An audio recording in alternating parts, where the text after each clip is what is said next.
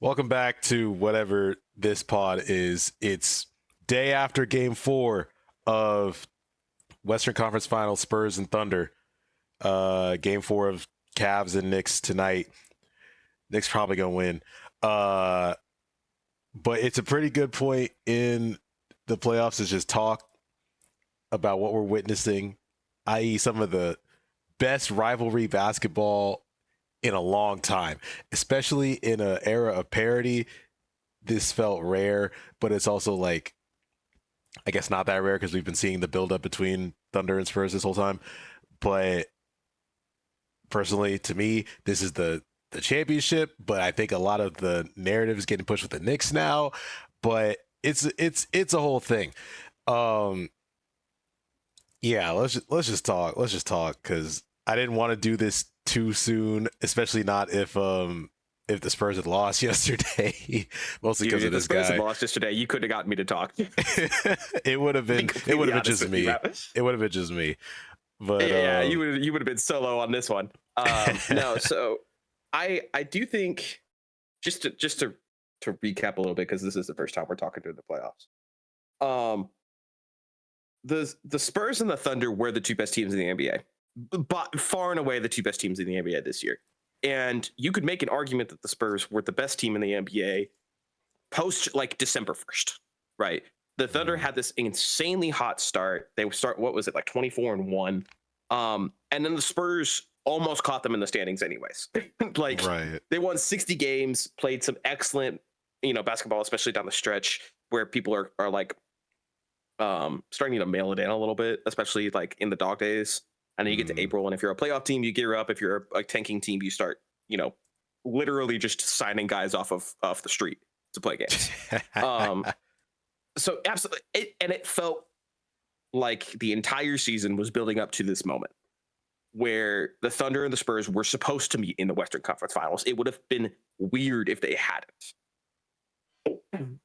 And at the last game of the season, I wanted the Spurs to push especially the Nuggets into the 4 seed, because I was like, I want the easier route. And so the Thunder get the dude, I don't even remember who the 8 seed was. That's how long ago it's been.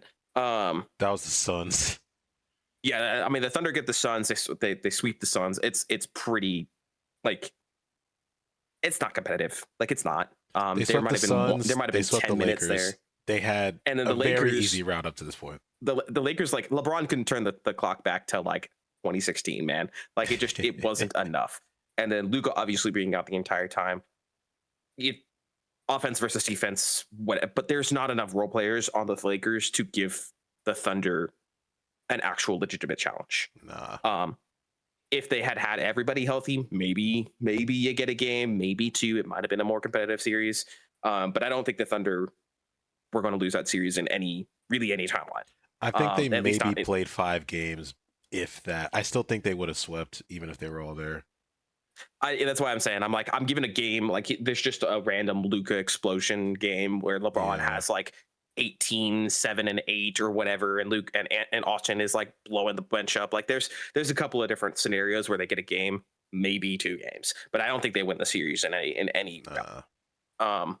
And the Spurs, like, nobody predicted. I don't really think anybody thought that the Nuggets were going to lose the first round. I think that I sure as hell didn't. I thought it would go 7, but I thought that the Nuggets would still win. Everybody inside of Minnesota, I'm sure, was super happy to like get the Nuggets, because it's like, hey, we played them really well the last couple of years. If there's any team we're going to upset, it's going to be them. But everybody outside of Minnesota was like, that's Jokic, man. And Jokic and Murray had their two of their individually best seasons, and also one of their best seasons together. Murray makes the All-Star game, makes All-NBA at this point that we know. Not to mention, Minnesota was playing kind of bad near the end of the regular season.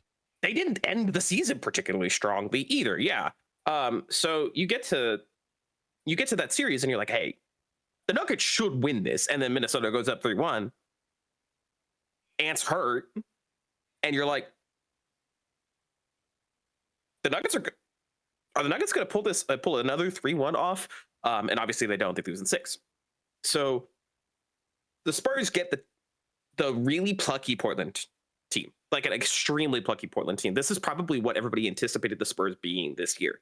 You have a transcendent star with reasonable role players around them. In Portland's case, you have all the drama at the beginning of the season where they lose their head coach. Thiago steps in and is just like absolutely stellar. He should have gotten the job. There's rumblings that Van Gundy is going to take the job. That's the last report that I heard. But Portland's owner is a cheapskate. You never know. We'll see what happens. But Thiago should absolutely have gotten that job after the job he did this year as an interim coach. They should have just made him the official head coach. Denny, people talk about him outside of his person. Thiago Glaze, just because he's a Spurs fan. He did a really good job with a team that should not have been that good. And, like, he got them to play really hard. They made their bones on defense. And then their offense was really centered around Denny, who in Washington was not used ever. Like, they did not use him like the point forward that he is in Portland. And so there wasn't anybody that I think picked Portland against the Spurs. Like, the Spurs absolutely, that was a nice like introduction to the playoffs. Like, hey, you're going to get a really tough game one though that they won. Was it not game one? No. It was game two. Okay. Yeah. That did scare me a little bit because I was like, okay, game one, it was chippy, but they still got the win. And then they take game two and it's like that nothing in me felt like they should have won, but it was like they kind of, young Spurs team, they're kind of like still getting in the rhythm. They kind of let it go. Mm-hmm. They didn't execute to the end, all that stuff. It kind of worried me that they would end up going like 6 games. And then that would be worse. Especially since the Thunder are going to sweep all their things. And then it's like, if you meet them in the Western Conference Finals, you guys are going to be gassed and you kind of need like every chance you can get, Yeah. Yeah. Especially with Wemby having the concussion and everybody kind of being worried, especially going into game 3. Yeah. You lose game 2. It's a close one. You have opportunities down the stretch. You absolutely probably should have won the game anyways. But the T-Wolves pull it out. You give them credit. Obviously, your best player goes out mid-game. You have to adjust on the fly. Cornette put up a hell of an effort. He's a great backup center, but he's a backup center for a reason. And you go into game 3 anticipating a battle because Portland, it's a great fan base, man. They've had some great teams over the years. They haven't been, their last run was to the Western Conference Finals. Like, there's a lot. For the first time in 14 years. And you got Dame's ghost sitting over there on the bench, like, hey, maybe this is the moment. Maybe they go up 2-1 on the Spurs, and maybe the Spurs are too young. And then like Dylan Harper, man, just the most insane rookie outside of Cooper Flagg and why am I blanking on his name? Colin. Outside of Cooper and Colin Gillespie, also very good this year. But no, like, just the most insane rookie. And the fact that we have him is a luxury. He showed out throughout the course of the playoffs, and it's like started in that Portland series where it's like he gets big minutes, he steps up to the plate, and they just run Portland off the court in 2 games in Portland, and that's not supposed to happen. And then Wemby comes back for game 4. That helps. Obviously, he doesn't play a full game, I don't think. And then you come back and close out 5. That's probably where most people would have landed. I think a couple people. I saw Portland. I saw Spurs in 6 in a couple spots. I didn't see Spurs in 7. I didn't see Portland upsetting. But then you get this. That was just one of those things. No matter like whoever came out of the play-in, they were just like they're gonna win in either 4 or 5. They're gonna win. Yeah, they're going to win. The Spurs, if the Spurs are who we think they are, they're supposed to win this series in 4 or 5. They gave us good shows, but it's like y'all aren't. We know you're not going to win. No. So you get a great closeout game in 5. Spurs get some rest, and get the T-Wolves, the zombie Timberwolves. Like, just everybody's hurt. Everybody's Ant's not there for half the games. It feels like, even though he plays through some pain. It doesn't feel like the full T-Wolves experience, and the T-Wolves steal game 1. And that's when you get worried. You're like, hey, what's going on? And Champagny, probably the best shot you could have hoped for in that situation, not taking the timeout. Just a wide open, one of the best shooters on the team. he could have hit that, and it's just one of those situations where in the moment, if the ball goes in, then and Spurs look like geniuses, and they've toughed it out. Weren't anticipating this level of fight from the T-Wolves, the whole shebang. I'm not gonna lie they go though, down. a lot of that in that game I questioned because like they still do it up to this point, and I kind of have a problem, even though I'm not like, I guess your Spurs fandom is like leeching onto me a little bit because I'm not like a diehard fan, but like I'm still kind of supporting them a little bit. Mm-hmm. The shot choice of mainly Vassell and kind of Champagny. I know it's Champagny's thing, us being like a 3-and-D guy, but they kind of just keep jacking up threes that piss me off. Like, especially in moments like that in games. I get you're down by like 9 or 10. But if you just pray that a three is going to go in that gets you back in the game, you're not going to win. And in that game specifically, everybody was just jacking up threes, including like Wemby. Mm-hmm. Champagny, the only one going to the rim, getting it at the basket, getting rebounds, like putting it back in. And then they're within 3. It's like, hey, are we not seeing that works? And I said it at the end of the game, and I know you remember me saying this. Like, I was genuinely frustrated because I felt like they didn't want the game until literally like 4.5 minutes left. And they're like, wait, we're down by 12. And Champagny especially was the one that wanted the game the most. That's why it would have been this like really nice like moment for him to hit that shot. And it would have been absolutely a cover for the Spurs. Didn't play a great game in game 1. They played a great game into game 2, got it back, whatever. But then you're going to Minnesota, and Minnesota is a hornet's nest. You don't go into Minnesota anticipating an easy game. It's the playoffs for 1, but 2, another great fan base. Just another fantastic fan base that absolutely deserves all of the success that they've had in the last few years. And it's transcendent, one of the best players in the league, et cetera, et cetera. So you go in game 3. Have they made conference finals? They've made 2 conference finals. They've gone to back-to-back Western Conference finals. That's why a lot of people picked them. Yeah, that's why a lot of people picked them. For this series, I heard a lot, even with the injuries. I heard a lot of Wolves in 7, Wolves in 6. Somebody that I really respect picked the Wolves in 6. So it's like they go in, they get game 3. Game 4, you have Wemby deciding that he wants to play Mortal Kombat. And the Wolves barely scraped that game out. Hang on though, because let's be real. Let's be real here. This is not even Wemby Glaze, face of the league narrative, whatever. They were literally fighting him. Like, oh yes, they laid a blueprint that OKC has followed through with, and they show it all the time. They were like trying to throw this dude around. Like, that's how imposing he is. That they literally are like pedally. I don't even know if you use that right. Just like slight tugs, pulls, circle, whatever the hell you want to say. Like, I'm not saying you got to elbow him in the neck, but he's also 7'5". What else is he gonna hit? Like, it was kind of gonna happen. Elbow. He shouldn't have thrown the elbow. However, the fact that he hit Nas in the neck makes sense when he's 7'5" and Nas is like 6'11". Again, shouldn't have. The reactions are still hilarious, though. Just the context. Oh. Yeah, no, we're not excusing the elbow. I do. The conversation after that game, where the T-Wolves barely scrape it without Wemby playing for most of the game. The conversation after that game being, oh, Wemby should be suspended for a game or 2 or whatever, and like all of that got too much. This is for better or worse, this is his first infraction, and a lot of people were comparing him to Draymond Green and Metta World Peace and like Des Rodman, like these people that have track records for being bullies, for being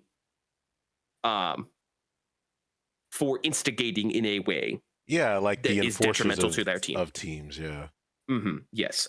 Enforcers is the nice way of saying it. Well, I mean, Uh, that's like the title they gave to Big Stu, to what's his name? James Johnson. Is that it? mhm, For Miami. Well, when yes. he's been over. Um and it's like that's still not a great comparison because like you're saying it was his first infraction. Even Yeah, still, I mean, if I wouldn't have been surprised if they had suspended him for a game or if they did something weird and was like suspended for the first half, because he mhm. didn't play a whole second half and then you just first half miss a whole game, right? Uh but then they kind of people started to flip it to the whole like, oh, because they want the show and the whole he's the big star, they're not gonna punish a big star thing. That's when it kind of got iffy for me. But Some of that was like, if he's the face of the league, you don't suspend him, yada yada. I agree and I don't agree at the same time. It's like, yes, you want a good product for the playoffs. The league is absolutely going to want to avoid rigged allegations. yeah. Because if you suspend Wemby in a pivotal game 5, can the Spurs win that? Yes, absolutely. They're good enough to win that game. But do you want to be the team? And do you want to be the commissioner that suspends one of the best players in the league? And now the T-Bulls win the series because they got essentially 2 games for free? No. I think that was mostly appropriate. And I think it's a different conversation if Wemby throws the elbow in the fourth quarter versus really early in the second quarter. I do think the timing of that is intentional. Yeah. If it's the same thing like when guys to make an example of a similar when guys get suspended for targeting in college or the NFL. In the NFL, they get booted for the game. In college, they get suspended for the rest of the game if it happens in the first half, and if it happens in the second half, they get suspended for the first half of the next game. Yeah. Like you're saying, like it's a if it had happened when it happened does matter for the punishment afterwards. I saw a lot of people expecting him to get fined. I'm surprised. I'm personally surprised he wasn't fined. Because that is a dangerous play. You don't want to encourage that type of tactics, and he hasn't done it since. And the Spurs in general have not gone out of their way to do any kind of extracurricular activities because I think they know that they're being watched more closely because of that incident. As it is, the Spurs kind of run out the T-Wolves after that. Game 5 is closer. I think it ended up being like 12 or something like that. But then game 6, like the T-Wolves just roll over. Like it's not a close game at. And I do think that is mostly indicative of, one, how good the Spurs can be, and 2, how injured the T-Wolves were, especially at the end. Like Ant's playing through a pretty severe injury, and they were running guys. That hyperextension, it looked bad. I'm really surprised he came back as early as he did. Yeah, like he was absolutely trying to tough it out, man. Yeah, by that point it was kind of done out because they won both those games by 30. Okay. Like I thought game 5 was closer at one point, and it probably was for like the first half. Yeah, but it doesn't look good at the end of it. No. And the Thunder sweep. Like they put the Lakers in chokeholds. There's one close game. I think game 4 ended up being relatively close. But for the most part, like that wasn't a real series. All that, and we get the series that we wanted. We get Spurs Thunder in Western Conference Finals. And everybody, like you said at the beginning, thinks that this is the finals. These are the 2 best teams, and it doesn't matter who comes out of the East. We'll get to the Knicks in a second. It does matter, but if I'm playing, I'm playing. It does matter in some ways. So the Spurs, the Thunder Spurs series has been marked by a couple of different things. That first game was one of the best games that we've watched all year and maybe ever. Like it is legitimately one of those like it's one of those like you get a double overtime immediate classic that's going to be on NBA Classics in like 3 years, and people are gonna be like, this is Wemby's coming out party. This is him reintroducing himself to the rest of the world and saying, I'm here and you have to respect me.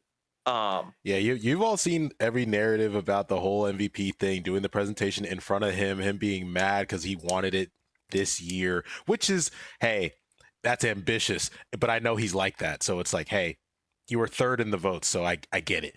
But Mhm. like, yeah, having to go in like that and then going double OT, like literally having everybody like like oh my god, just like everybody in the moment just realizing like this is greatness what we're watching. Not even just with like his performance being insane, but both teams like just duking it out, like drawing blood, like everybody falling out, giving everything they got from start to finish, smiling on both sides, like they were both having the time of their lives. How many of them said after that was like, even on losing side, like that's the best or greatest game I've ever played?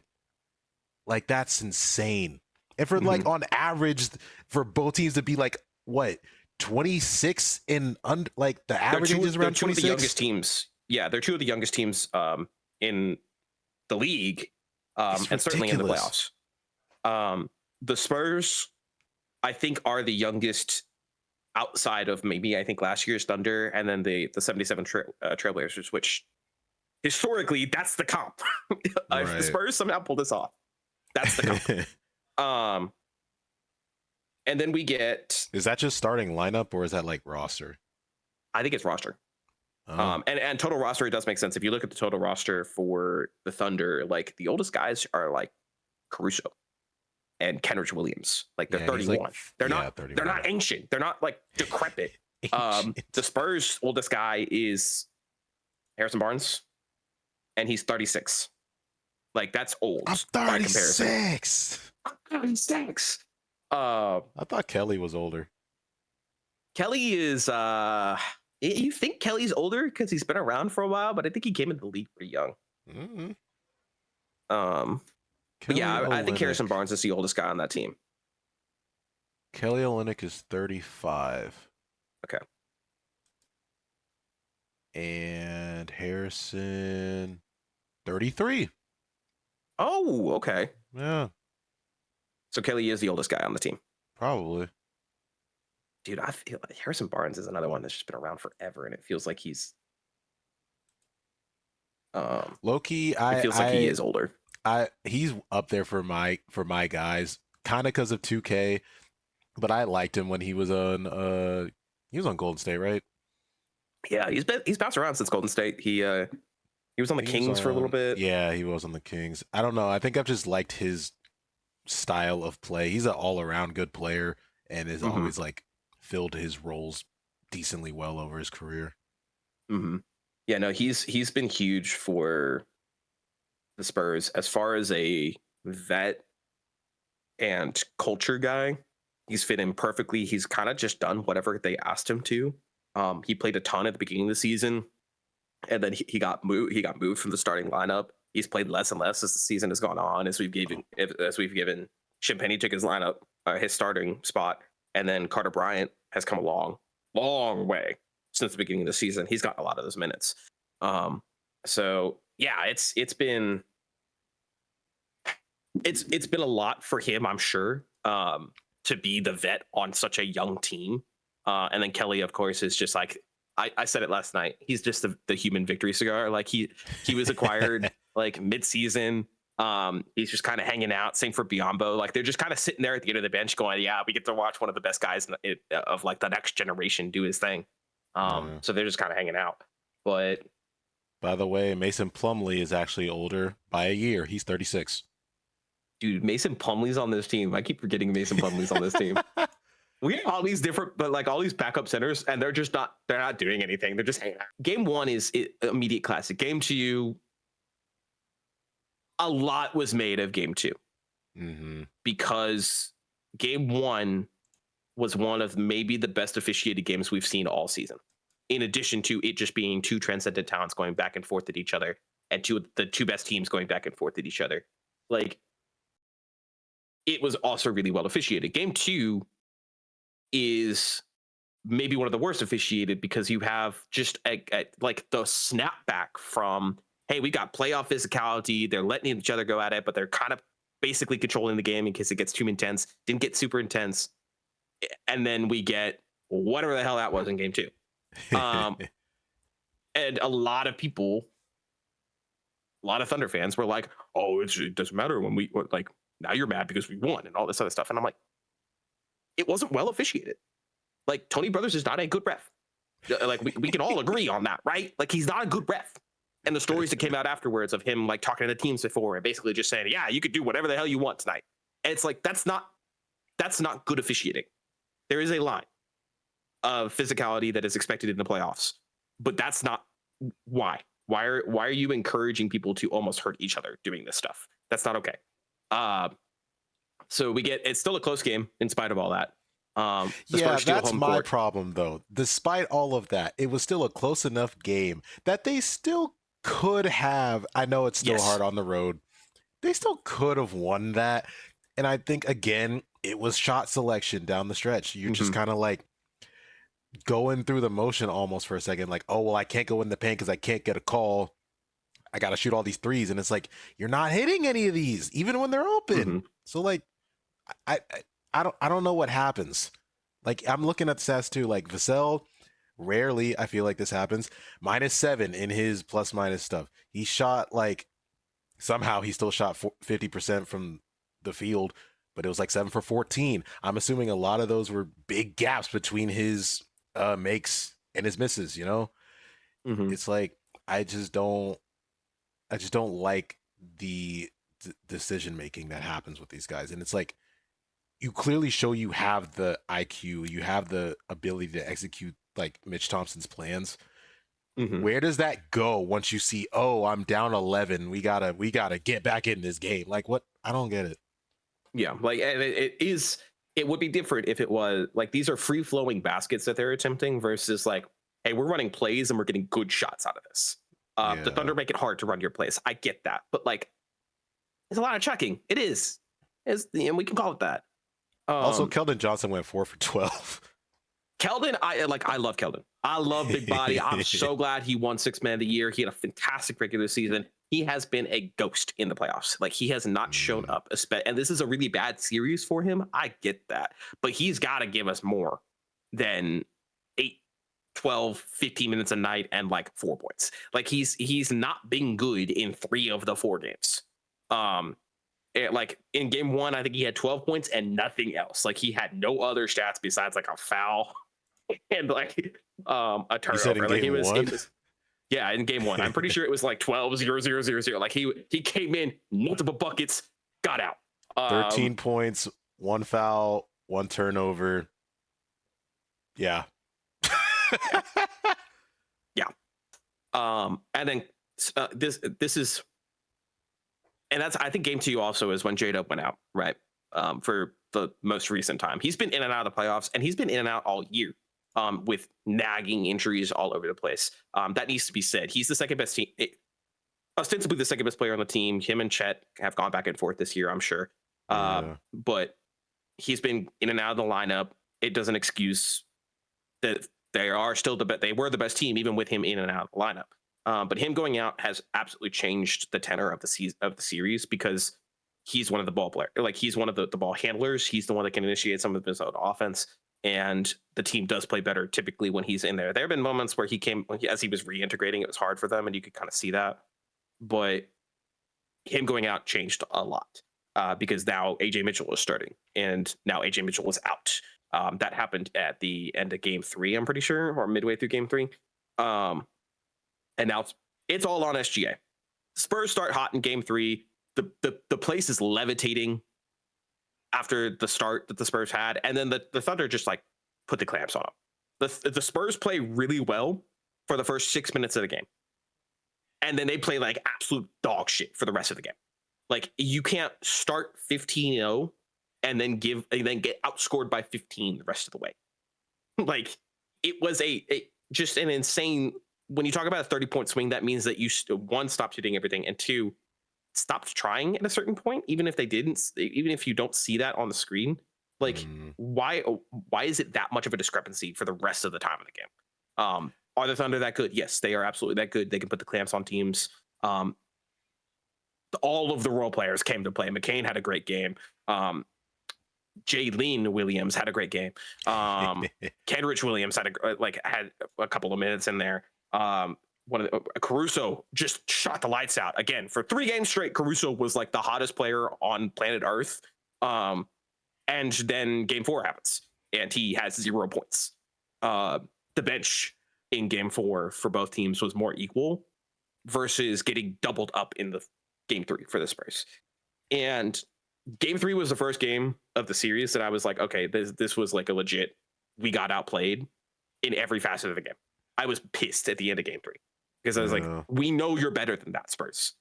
We've seen it all year. The problem is, right?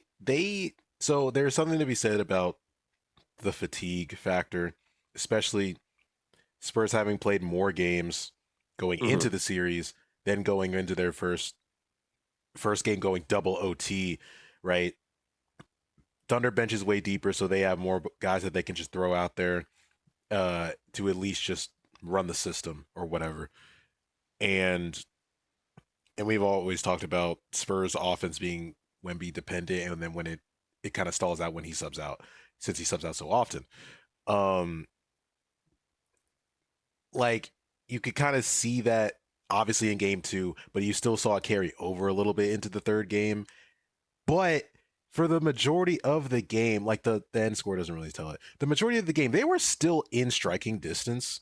It was just one of those like just couldn't get over the hump type of things. Like every time they like got a little bit of momentum going, then OKC runs down the floor, draws a foul and one or whatever. I don't know if it was game 3. I think it was game 3. SGA did the same move 5 plays in a row, and they never adjusted. I'm like, hey, how many times is he gonna cross tween, drive, push off, whatever, step back, pump fake, and then draw the contact? 5 times in a row. It happened against, I think, Vassell, Castle, and maybe Johnson. And I'm like, y'all watch tape on this guy. You know that's the move. And it's done the same move every single time. I know he created that space, but he's literally watching you make that space and then jump at him. That's why he keeps pump faking and keeps drawing the foul. It's not the foul baiting. You're just being dumb. Like you're doing the exact same thing every time playing into his hands. It's not going to help you.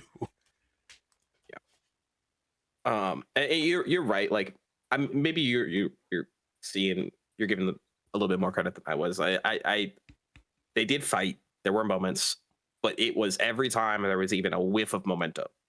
Yeah. Immediate Thunder answer. Timeout by Mark Daigneault.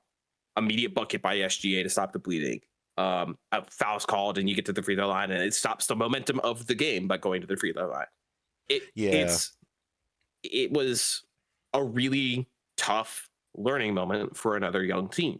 The Thunder have gone through this. It was funny because it was like last year you have the Thunder make the run to the playoffs. They're the young team. They're the up and coming team. They got their licks the season before that in the playoffs. Like they were a good team the year before, and they had a couple of tough series, and they lost to a team that maybe wasn't better than them, but was more experienced than them and craftier than them. And that is absolutely necessary to get to where they got last year. This year, all of that experience has been on display for 2 games in a row, for games 2 and game 3. They get home court back. They steal it back from the Spurs. And going into game 4, I was extremely nervous. Yeah. It was when you voiced the thing about taking care of the ball with like De'Aaron being there. That was another thing in game 3 that was just like very obvious. Yeah. It was just one of the main things they had to clean up going into the game.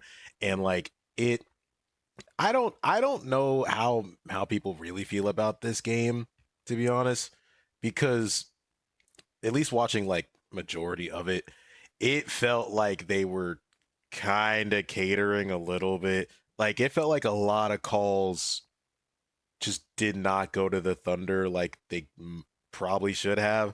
There was a few things of physicality that just didn't feel even. Like the fact that the Spurs were in the bonus in the first quarter. That was when you told me that was crazy. I was like, wait, what? It felt like 5-1 in terms of calls sometimes. It just it felt a little weird, just a little bit, which is crazy because that was in OKC. But well, no. Game 4 was San Antonio. Yeah, never mind. This is one of the things that's been about that part. Yeah, that's been. I haven't looked at the total foul discrepancy, but I did look. There was a lot of people making a lot out of the free throw discrepancy that's happened. The Spurs are out driving the Thunder by like something like 40 in the series, so it makes sense that there is a free throw discrepancy. It's also, and we're going to come back to especially how injuries have kind of shaped this. Game 4 was defined in a lot of ways. One, by very basic defensive adjustments that the Spurs made. There's nuance to them. But they basically dared SGA to make the right play every single time down the floor and didn't give him as many outlets to do that. They stayed home on shooters. They respected shooters a little bit more. And they threw 5 different guys kind of I think it was like they all kind of took turns. You have Castle who spent most of the time on him, but Fox got time on him, Harper got time on him, Vassell got time on him, and Vassell, like, one of the best things about him this year has been how hard he's trying on defense now. He was a turnstile for 2 years, and it has really, really bought in this year in a way that's going to make him a lot of money if he wants to in a couple of years. He's on a good contract right now, but like in a couple of years, there's going to be a lot of money for him if he continues this kind of like level of two-way play. He's probably been the most consistent Spur outside of Wemby. He's probably been the most consistent Spur, which has been really fun to watch. But anyways, and then Keldon, I think, got a possession or two on Shea. So Shea's seeing 5 different guys, and Wemby shading. Obviously, he's always kind of there, but they're staying home on shooters. They're not giving SGA just like the absolute easiest answers to the test by doubling him. Right. So they're making Shea be an MVP, and he wasn't able to do that for 36 minutes. And then he didn't play at all in the fourth quarter because the game was out of reach. I saw a lot of people complaining about Dagnall pulling the starters as early as he did and kind of selling the fourth quarter, especially when we had seen these kind of crazy comebacks. But the momentum wasn't there. The Spurs had the game in a chokehold for 15 minutes before we got to the fourth quarter. And it really broke when Wemby makes that absurd half-court shot to end the half. Like, it's a very different game, and it had been close, right? It was a 6-point game, 5-point game, 8-point game, like a couple possessions, and you're in this thing. And to go into the locker room down 13 because Wemby did some ridiculous bullshit hurts a lot. Because you've played really well, or you played well enough to keep it within striking distance at that point. And then it's just like a couple possessions and you're down 4 possessions. And you're trying to, as hard as it had been up to that point, you're trying to conceive how to get back into the game. Mm-hmm. And then the Spurs push it to 20, and it stays at 20 for basically the entire second half. Everybody played pretty well. There was you have moments that you could squabble with. Don't get me wrong. Sorry, I don't know. No. Go ahead. They played some of the best defense of the series, like including game 1, like because holding OKC to 82, more like holding them to like 72. Yes, is crazy. Because garbage time. Yeah, garbage time points, and I mean they were still playing hard in garbage time. They got the end of the bench guys, but like. Kelly Olynyk's in the game. Jordan McLaughlin he's in the game. The problem is that, yes, they were rotating all those guys through, and they were still doing like, shooting from help defense, whatever, to strip the ball away, right? And it was good. So the problem with the foul count, right? As I finally pulled this up, I got annoyed by this too. They shot 75% from free throw, which is not great because they're free. They had 32 attempts. OKC had 18. Yep. Shea got his fair share of calls on a lot of his takes. He was 7 of 7. Yeah, on his free he only throw, had sure. 19, but Like, when he's gonna get his calls, when he does his moves, he knows how to get it. The other guys started to do kind of that. This is what I define as foul baiting of like you just went you just threw the ball up searching for contact, not to make a shot. They just throw something at the rim and hope the ref calls in and just be looking. I saw a good few moments of them. I think I came into your room and said like, yeah, Case and Wallace jumped like 3 feet forward just to try to touch that was a Wemby. ridiculous one. That's a ridiculous one. Seeing that there was the two that went around after the game on social media specifically were the Case and Wallace jumped 3 feet forward on a three and Wemby basically ducking under him. Yeah. Sorry, three. Lou Dort just absolutely demolishing Harrison Barnes. Yeah. And getting kind of the worst of it because I think his like thigh went into Barnes's shoulder.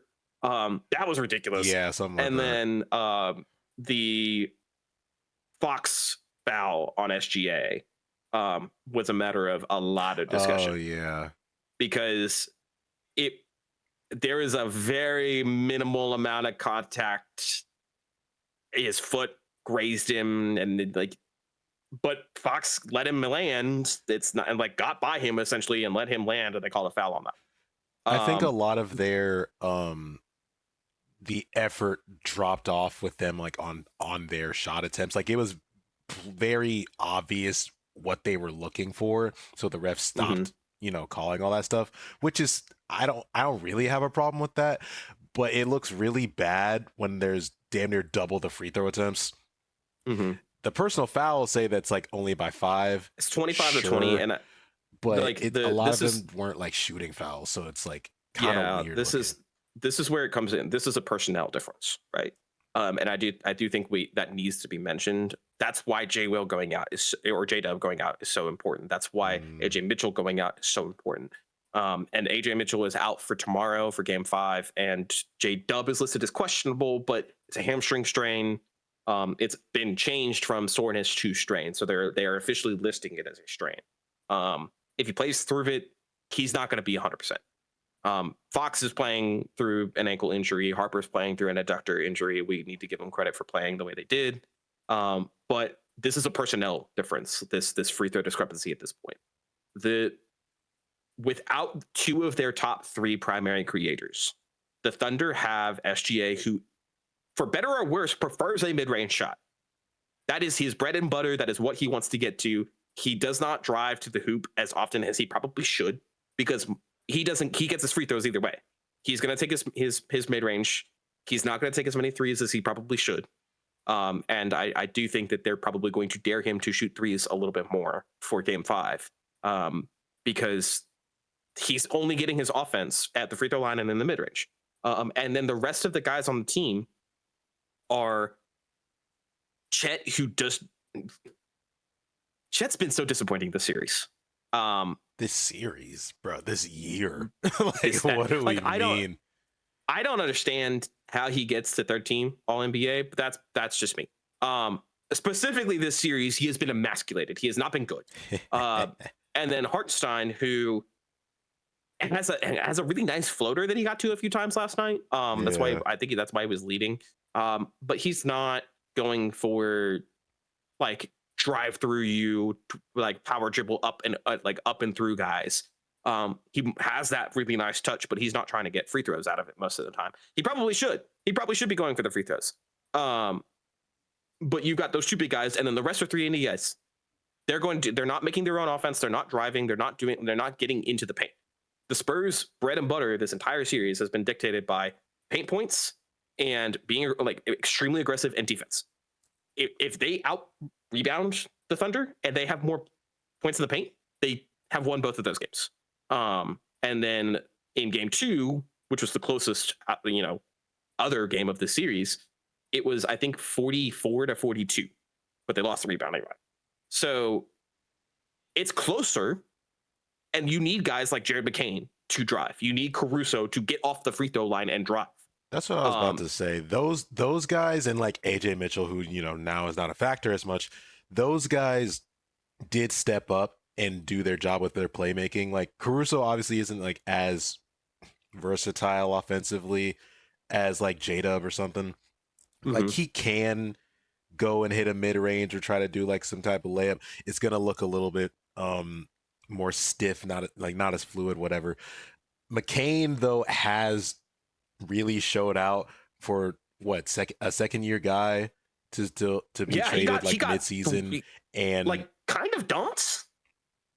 Like Maury traded sold high on him. I think Maury got a first round pick and then I think 4 second round picks out of it. But like he's not playing like that. That value worked for Oklahoma. Yeah. So I think that was a dumbass trade. I don't know why Philly would get rid of him, bro. And they needed him. They needed him for this playoff run. But anyways, Maury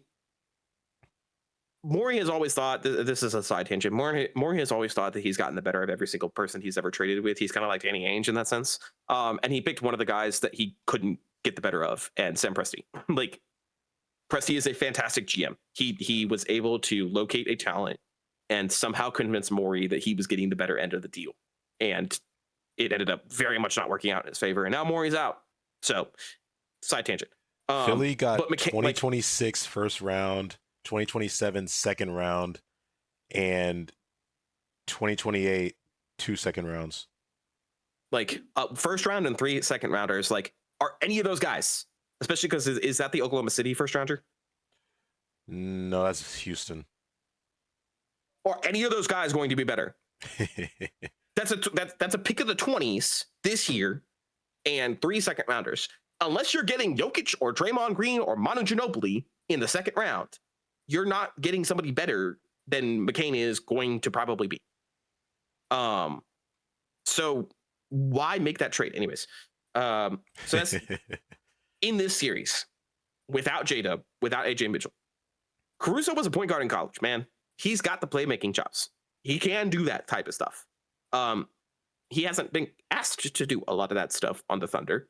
But he can't go zero. He can't go scoring 16 points a game and then have zero. Jared McCain got emasculated in the paint. And it turned into a great like defense to offense situation. It was one of the highlight plays of the first half, where Vassell forces him all the way under the basket, blocks his shot anyways, and then runs out. And I think they got I'm pretty sure it was a Vassell to or Castle to Wemby lob. I think that's how that play ended. But just an immediate example of defense to offense. McCain did what he needed to do in that sense. He got too far under the basket. So if McCain isn't going to be as effective driving, if Caruso's going to get like 13 or 14 minutes or whatever and give you basically nothing, SGA has to, like I said, have all of the answers to the test. He has to do everything, every single possession. He has to make the right play. And you have to hope that you don't shoot 33% or whatever it is that they shot as a team. They shot, 30 and 91. And 6 of 33 from 3. Like, you can't shoot that badly and expect to beat a team as good as the Spurs. If they make 3 more of those, it's more of an interesting game. But you still can't expect to shoot sub 40 against the Spurs and expect to win. And maybe they didn't. We never know what the staff really wants the outcome to be. They might have been like, we're obviously trying to win game 4, but once they see how in like the second quarter how things are going, they just start to play the long game, and they're like, you guys got to figure it out. We're figuring it out how to like counter them, but we're not going to deliver this punch now. We're going to do this in game 5. I don't really see the point in doing that, but maybe they do. Win. Yeah, like you have an opportunity. If you win game 4, you have an opportunity to close it out in 5, get a shit ton of rest. And the way that New York is playing, you might want that, by the way, because New York's going to have like 2 weeks off. Especially if they win tonight. You know what? Hey, and let's go over to that. New York Knicks, bruh. These damn Knickerbockers are about to sweep the Cavs in the ECF and go to the finals for the first time in what? 26 years. 26 years. The last time they were in the finals, I believe, was either 99 or 2000. I think it was 99. Everybody's saying it's if there is any time for the Knicks to win, it is now. Which is fair. However, they ain't winning. I'm sorry. Whoever comes out the West is putting belt to ass. They're not. The Knicks are not winning. And I'm saying this even if Thunder Spurs go 7. I don't care. I don't really see, even as a matchup, I just don't really see the Knicks beating either one of them. I will give them credit where it's due because they're kind of doing it's not as Cinderella-y as like Indiana last year, but it's one of those like, hey, everything falling into place. Some of the best competition out of the way. Hawks kind of scared them a little bit. Philly, while they kind of punched back with Embiid, they did Embiid shit, bounced in the second round once again. And then Cavs did Cavs shit, underperformed. And so then now they're about to be in the finals. I feel like they're a little bit lucky that they just didn't have to deal with 100% Boston or 100% Detroit, you know? Yes. But that's kind of just the way things go. But like, hey, if they get in, when they get in to the finals, I just pray for every citizen in every borough of New York City. The phrase New York is going to turn into Gotham has been said many times. Many times. New York hasn't lost in a month. Since Atlanta went up 2-1, New York hasn't lost a game. Regardless of if we think they're probably going to get belt to ass in the finals, they deserve a lot of credit. And Cat deserves a lot of credit because he's playing more of the like hub of the offense, right, and giving Brunson a break from having to do everything all the time. OG came back healthy, basically got an entire series to sit, has come back healthy, played really well when he's been healthy. Mikal Bridges, out of witness protection program, has been very good. Landry Shamet is playable. He should not be playable. Landry Shamet is not a good defender. He's trying really hard and has been playable. And Mike Brown has had a lot of stops. He's had a lot of stops he's been ridiculed in several places. He's gotten ran out of town in a couple places. He's been very good. He's been excellent this playoffs as a head coach. They're playing the right mind games. Mitchell Robinson has been really good, even when he's been hacked and they've done the hack Mitch strategy. Mike Brown's playing with that. He's toying with that and being like, okay, well, you want to hack us, then we'll get into the bonus essentially. And it ends up working out in their favor. And then you can't hack Mitch anymore. Yeah. And if you have you have to play perfect defense. If you get to the bonus, and you have to hope that you don't send a better free throw shooter, which the other 4 guys on the court are typically, you have to hope that you don't send a better free throw shooter to the line. Like there was just, the Knicks look like a juggernaut. Mitchell Robinson just stepped up and filled the hole that Hartenstein left, because like they kind of both do the same thing. Yes, they're very similar. Mitchell just is has more less of a shot, if you can say that. Like his offensive versatility is a little bit more compact than that. It's really around the rim, you know. Yeah, he couldn't go to like the mid range if he wanted to, but he's great at defense, great at rebounding. Like always gives effort on the floor, and he like you're saying, like he's always there for the opportunity. Like whatever they need him to do, he can clean up. Mm-hmm. Yeah, no, they're not a juggernaut, but they kind of look like one right now, right? Like they're playing really well. When you win 10 in a row, I get it. You have to give them credit and you have to respect them. And if they get to the finals and they take game 1, people are going to be losing their shit. Like they're not even going to be in New York City, and New York might burn the city down. Like it's crazy how well that they've played in the playoffs. It'll turn into that college championship mentality for sure. Yes. Yeah. The fact that it took them 84 games to figure out who they were and the best iteration of themselves. And now here we are, and they're about to sweep the Cavs. The Cavs might win tonight. Whatever. It's still some of the best playoff basketball that we've seen that's been out of New York. So I don't expect the Cavs to win. The Cavs gave up at the end of game 3. Just straight gave up. And I really respect their coach, but he's out there talking about how analytically they won 2 out of the last 3 games. And it's like, analytically, you're down 3-0. I got one number. That's all that matters. And you're down 3-0, man. So yeah, I don't expect this guy stinks. I don't expect the Cavs to win tonight. I expect New York to kind of clean them up. If New York sells the game, wants to win one in New York for Game 5, I won't blame them.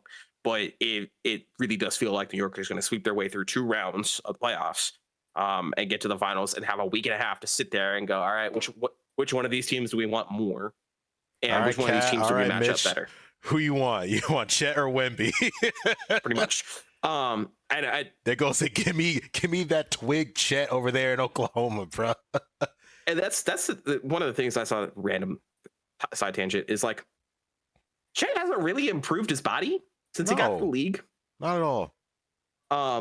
Versus Wemby has, like, you could see how much muscle Wemby has added to his frame over the course of his time in the league. I think he's gained 20 pounds legitimately since he got to the league. I don't think Chet has. It might have been T-Mac or somebody on broadcast. They were saying, like, it doesn't look like Chet has that same fire like everybody else does, you know? Like, it doesn't seem like he wants it that badly. Is he DeAndre Ayton with better PR? Like, probably. Is that where we're going? Is that like Chet's ultimate better PR and a 3-point and a jump shot? That's where we're at right now. But except like Ayton can take a hit. Like, Chet falls a lot, like, and gets Chet's pushed around a lot. Yeah. It's kind of embarrassing, but that's kind of beside the point. But okay, yeah, let's say, like how we're predicting, Knicks win this game, sweep, and they go to finals. And yeah, you think that they're preferring to take on the defending champs or the young contenders? Because I feel like they would want to play the Spurs, because I think they did better than them. They did better against them during the regular season. One of the only losses in the last few months of the season for the Spurs was a matinee New York Knicks demolishing in the Garden. There is a pretty substantial argument that the Knicks match up really well against the Spurs. Yeah. It's the wing on wing, and Castle can defensively hold his own against Brunson, but that's still, they match up really well against the Spurs. I think that in the current iteration of the Thunder, that we probably don't see a healthy AJ Mitchell if we do get him, and we don't see a healthy J-Dub if we do get him, like, at all on the court. I think that they would absolutely want the Thunder. This iteration of the Thunder that we saw last night that couldn't do jack shit on offense for 3/4 of the game, I do think that the Knicks would prefer that version. If the Thunder are able to get even marginally healthier, and we have one of, if not both of, J-Dub and AJ back, and that you put some Mr. Miyagi bullshit on their legs and they're able to come back, then no, they want the Spurs. I feel like they can. I think that the Knicks think that they can match up really well with the Spurs. I think that they can. It's just like they'll do that same kind of thing of throwing a bunch of guys at Brunson. Brunson will like still be in his pocket because he has really great footwork and just awareness on the floor. I feel like the problem for them, for at least the Spurs, if they play Knicks, will just be the environment. They would have home court advantage, but playing in MSG is still insane. It would probably go 6. Especially with 7. the energy that they got right now. Like, that fandom gonna go nuts in that building. I do think it would probably, and like, there's been a lot of talk, like, the league wants Knicks Spurs. The league wants this. It's the best matchup, yada yada. I don't know if they do. They probably do. They take either one of these, bro. This is gonna be peak. You've got the MVP, you got the back-to-back MVP going for the first back-to-back title that we've had in almost a decade at this point. Damn near.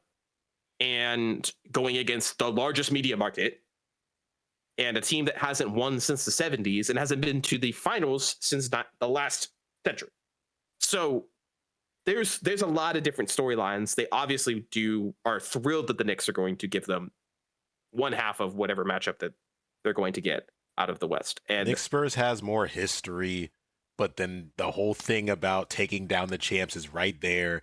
You have Yeah. two of the loudest fandoms in the league going band for band on volume. Like, it'll be insane whether it's Thunder or Spurs. Like, it literally doesn't matter. Yeah. I've heard some interesting theorizing about this is essentially rock, paper, scissors, where if the Spurs get through, the Knicks win the championship. But if the Thunder get through, the Thunder win the championship. I don't know if I necessarily agree with that complete assessment, but it does kind of line up with how the teams match up. I see the vision for that, because that's what I thought when I assumed the Celtics were going to be at least 90% of what they ended up being. Because I thought it would be Thunder, Spurs, and Celtics, Pistons, I want to say. Yeah, because the Celtics would have had to beat the Knicks to get here.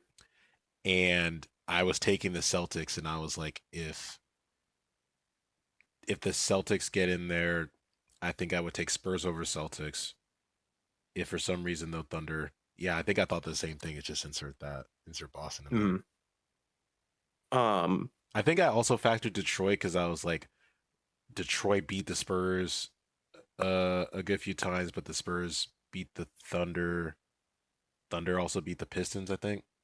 Yeah, and the Spurs Pistons games, I think actually both of them, I think they split them, or the Spurs beat them both, but they were really, really tough games. Yeah. And the Pistons were another team that would have matched up really well with the Spurs in the finals. I think people were kind of anticipating it being almost a repeat of 2005, though, where it's like the Pistons are good, but they're not that good anymore, or they're not in this iteration of the Pistons. They're not at their precipice yet. They're not as good as they need to be in order to get over the hump of the championship. And they have nobody. Like, I'm sorry, Jalen Duren had a horrendous playoffs, and there's no reason to believe that he would have been able to hang with Wemby. It would have just been the rest of the team. Can you lock down the rest of the team? Wemby gets his and nobody else wins. So, but yeah, it would have been a fun series, maybe in another universe. I don't know who's actually going to win the Western Conference Finals at this point. You think it goes? I think I think it probably does go 7. Game 5 will be really telling. So I saw a stat, since the Thunder have moved to Oklahoma City, the Spurs and the Thunder have met 4 times in the playoffs. And every series before this one has gotten to 2-2 and has been finished in 6. And the winner, obviously, of Game 5 is going to be probably the winner of Game 6. Now, I don't know if this matches the same criteria. That's a different iteration of the team. There's a lot of history between the organizations that we could go back and forth about, not the least of which was that Presti was in the Spurs organization for a long time before taking over as a GM in Oklahoma City. But if we get a repeat, a Game 4 and Game 5, then I have no reason to pick against the Spurs. I do think it probably goes 7 if the Thunder win Game 5. Because I do think that the Spurs are going to make small adjustments. They're going to ride the high of playing at home, and we're going to get a Game 7, and anything literally can happen in a Game 7. I think the Knicks probably take Game 1 of the finals at that point, because it's, I think, 4 days of rest, which is enough for most teams. But it's war right now. Like, it is a legit war in the Western Conference Finals, and the Knicks are steamrolling. So it's different sports are being played almost, with how intense and how different these two series have been. I just don't know who's actually going to win the Western Conference Finals. It's gonna be war from all the way from Queens to Brooklyn. If New York gets one game in the finals, bro, that shit gonna be looking like Spider-Man 2 when Venom took over. Like, oh god, it's gonna be actual hell. Like, everybody just gonna be fighting for their lives. It's just like you can't go nowhere. Yeah. I have no idea. I really don't. I would not be surprised if there is no result that will surprise me at this point. It could be Spurs in 7, Oklahoma City in 7, Spurs in 6, Oklahoma City in 6. None of those would surprise me. I selfishly want the Spurs to win in 6 because I want the city to have that opportunity to celebrate with the team. Yeah. But I don't know objectively which team is actually going to win because they've been throwing haymakers at each other. Both coaches are excellent. You've got this institutional knowledge above both organizations. Like we saw there was a cutaway that had people in tears last night because Mitch is holding Wemby and talking in his ear, and then you cut away to Pop and Timmy doing the literal exact same thing. And there's a lot of institutional knowledge above Oklahoma City. Obviously, we've talked rather glowingly about how Presti is an excellent GM, and he's got a lot of institutional knowledge from his time in the NBA as well. So you've got these guys above the coaches, and the coaches themselves are just maniacs.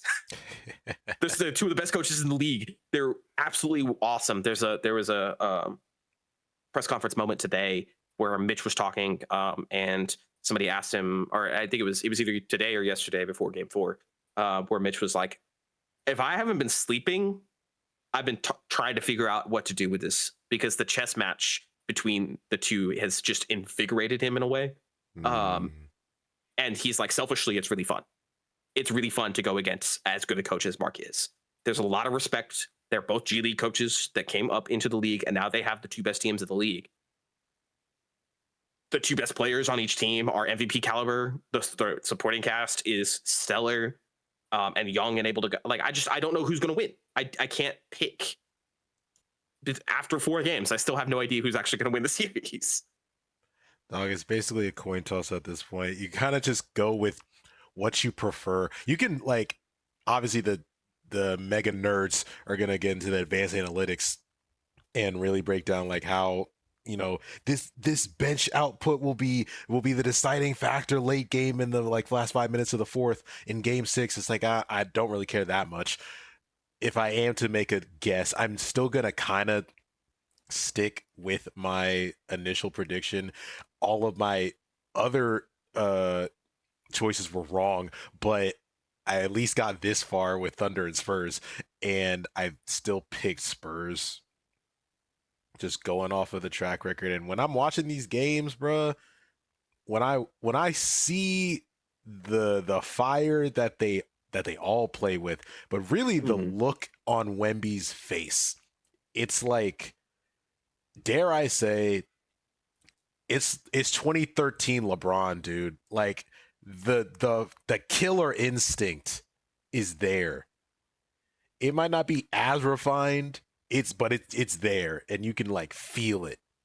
He's a fucking maniac, man. He wants it, dude. And like, I just think that it's gonna fire. happen. It's the competitive fire that all of the greats have had. He's just a fucking maniac. Like, I'm sorry, he chose to shoot that half-court shot. That was the shot he wanted. He could have taken 2 more dribbles forward. No, he wanted the half-court back-breaking shot. He's a maniac. Did you see they showed him in pregame shooting from 3/4 court? He didn't even hit rim in the clip that they showed, but he was still just kind of doing Curry, like shooting it. And then it was just like, and then cut to this. And it's an OG shot. Tiger Woods fist pump. It's not a heave.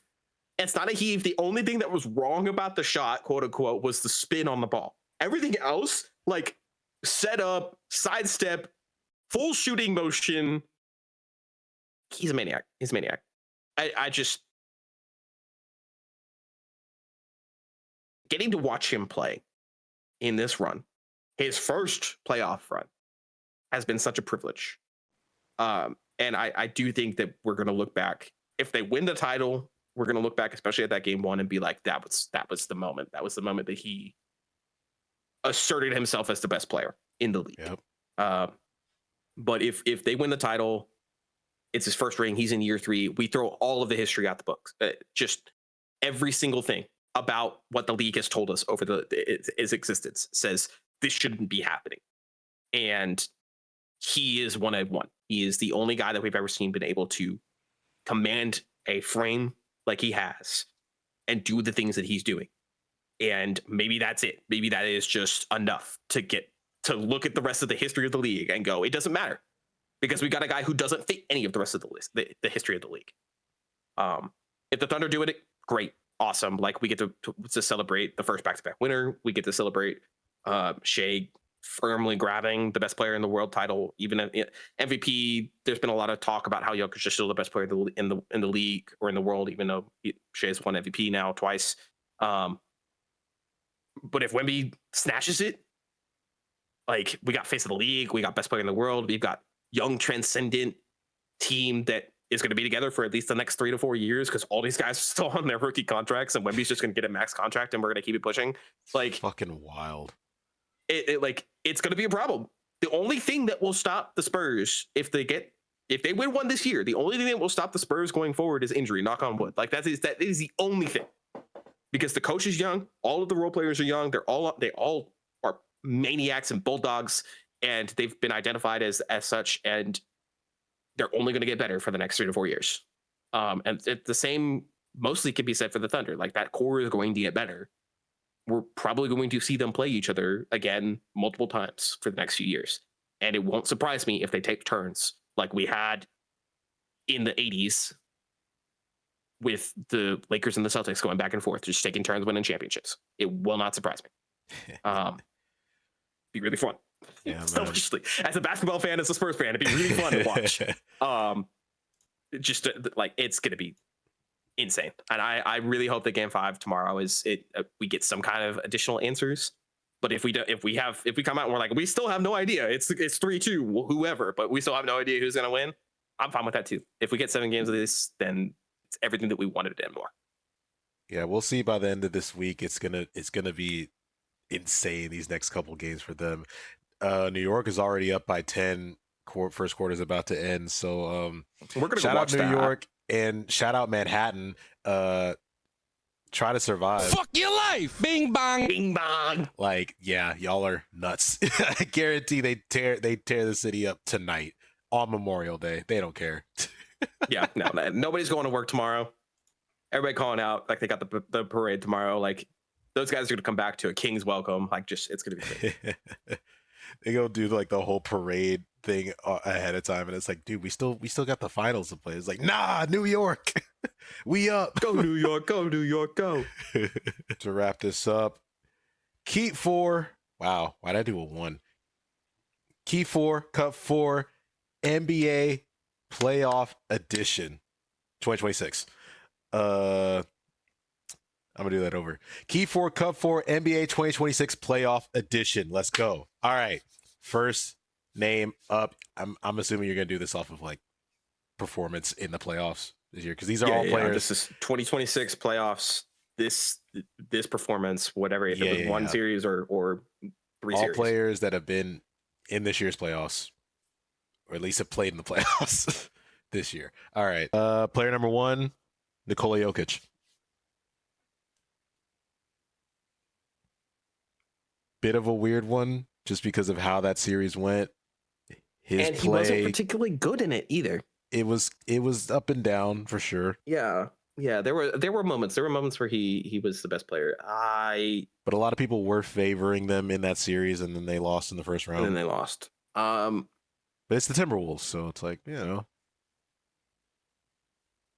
I think based off of solely the one series we saw him, I'm cutting.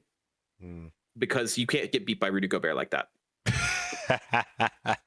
If you're the best player in the world, which he was going into that series, you can't get beat by Rudy Gobert. 3-time DPOY though. You can't fault him for that. 4-time DPOY. Does anybody think that Rudy Gobert is anywhere close to Nikola Jokic? Well, no, but like if his thing is defense, but like, yeah. I do think that it's a cut, unfortunately. I'm probably going to look insane because of the rest of this list. But all right, cut him. All right, cutting the former best player on the planet. Debatable. Player number 2. We talked about him a little bit with his performance off the bench for the defending champs, Jared McCain.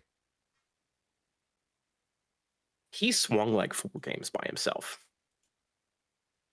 I don't. Are there going to be better players? Probably. Sophomore year, coming off the bench in these playoffs, he's played not all 12. No. Wait, can I do math? No, he's played 12 of the 16 that OKC's played. And pretty solid shooting, like 40% from the field and almost 40% from three. I want to say there's going to be better guys. But I don't know if it's. I don't know who you're going to have on this list. I'll keep him, but I don't feel great about it. Gonna keep Jared McCain. I mean, went from a starter, star player, MVP player to a bench player. Like, what do you think? I don't know who you're going to have on the rest of this list. This is going to be really fun. You want to keep? Yeah, I'll keep him. All right, keeping Jared McCain. 3 spots left on either side. Player number 3. Doing it for the city. Big Purr, Karl Anthony Towns. He's played some of his best basketball of his career in the playoffs. Notwithstanding the first couple of games, like he's one of the main reasons that they are where they are. So I got to keep him. 7. Let me see this right. Averaging a block per game this playoffs. A block and a steal. It's the assists that have really jumped for him in the playoffs. That he's 16, averaging like 6 10, assists. and 6. Yeah. 10 rebounds, like, 6 assists. That extra from the assists is what's really giving him the edge right now. It's been genuinely insane to see how well he's operated as the hub. So I think I have to keep him just because this is the best he's played probably in his career at this point. Not to mention 42.9 fantasy points.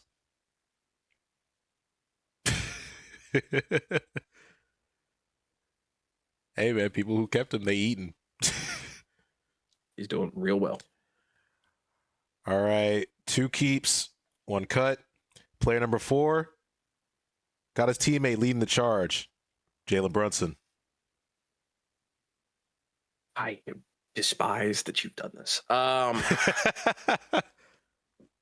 Because I do feel like I have to keep him too, because he's played that well, but it puts me at 3-1.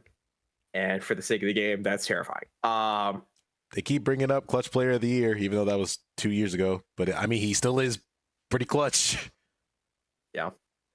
People saying it's his city now. Still doing it for the small guards. I think I have to keep him because he's also playing probably it's either the best stretch of his career or very close to it. And I might regret that, but it'll be fine. So you want to keep? Yeah, I'm keeping. All right. That's 3 keeps off rip halfway through. 3 keeps, 1 cut. And I mean, don't make me hate you. What? We're going based off playoff performance. I'm saying it's fair. I know. All right. Player number 5. We both love him. He's on your team. It's the rookie Dylan Harper.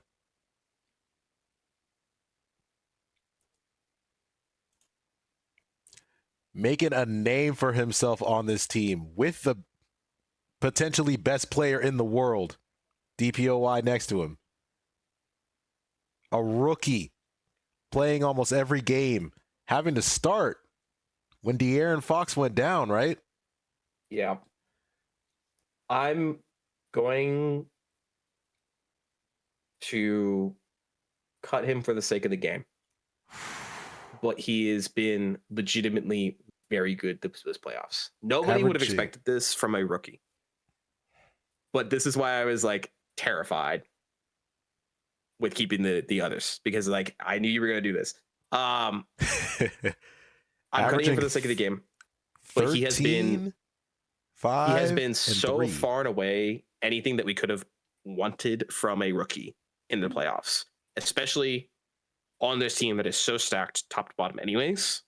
He has been indispensable, but I'm cutting him for the sake of the game. 13, 5, and 3 free throws, which last game were like kind of shaky, making me a little mad. Averaging a steal, cannot denounce his defense either. Like his impact on the entire floor has been insane especially for a rookie. And people are already I think he had putting him up there as seven like, steals that one game. yeah, he broke, either broke or tied the record for Spurs. He broke the record. It was 6. I think Manu had the record before. It was either Manu or Kawhi. Oh, it might have been Kawhi. You might be right. One of them. People are already talking about him as being like a top tier rim finisher too, and not even like Ant Edwards above the rim. We're talking just like at the rim. In general, his footwork and his finishing ability is really, really good already for a rookie guy who was not on a good team last year, by the way. Rutgers was not good last year. But it's been genuinely incredible to watch. So I'm cutting him for the sake of the game. He's been indispensable for the Spurs. And if they get to the finals, he will have been a crucial part of that. Credit him for playing through the adductor injury last game and giving everything that he's got to try and get to the finals in his first year. So super painful cut, but I knew you were going to do this. So all right, 3 names left, 3 keeps, 2 cuts. He's got to play it smart. Player number 6. We didn't talk about him a whole lot. Julius Randle. Cut. No thoughts. No. And maybe that's the reason we didn't talk about it that much. Disappeared during the Spurs series, and like huge credit to him getting through. Like he was one of the main driving forces to get through the Nuggets. He had a pretty solid series all around between him and Rudy and covering for Ant in some cases because of Ant's injury. Like very good. He disappeared. He disappeared for I don't know if it was just burnout or if it was like just not a good matchup because he just I don't know what it was. He just didn't. Castle was defending him well, man. Like Harper was defending him well. Like Keldon was defending him well. Like he just kind of stopped being Julius Randle. And the which Knicks fans isn't are probably even screaming. Like, hey, it's not like we're asking you to be. You were never like top 10, but like we're asking for like 18 and 7, man. We're not asking you for like a shit ton here. Yeah. But yeah, I don't. Easy cut for me. All right. Easy cut. Now we're 3-3, 2 names left. Player number 7. Had to do a massive carry job out east, but it wasn't enough. Cade Cunningham.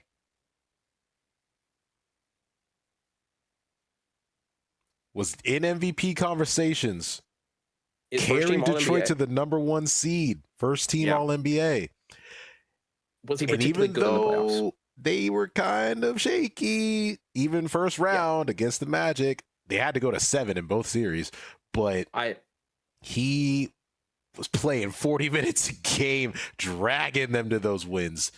But still wasn't enough, not even to beat the Cavs. I think I'm cutting him because I think that you expected more out of him than he gave. Right. 40% I don't think that's from an insane 3.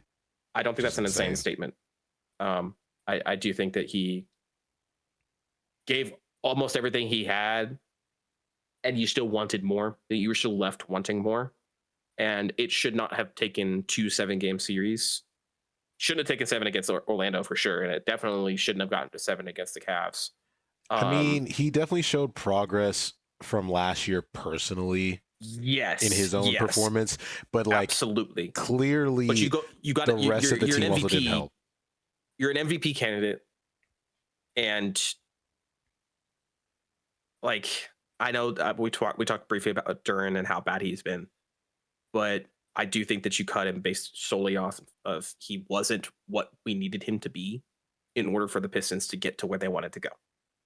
And he will take that and run with that and be much better next year, I'm sure. But I think that I am fine with cutting him based off of the performance this year. All right. Big K, never the little one, getting cut. That fills out that side of the list. So, key for cut 4. Cutting Nikola Jokic, Dylan Harper, Julius Randle, and Cade Cunningham. Having to drop like damn near 40 points every other game just to stay in the hunt. For the keep side, we got Jared McCain, Karl Anthony Towns, Jalen Brunson, and the last player on the list is Evan Mobley of the Cleveland Cavaliers.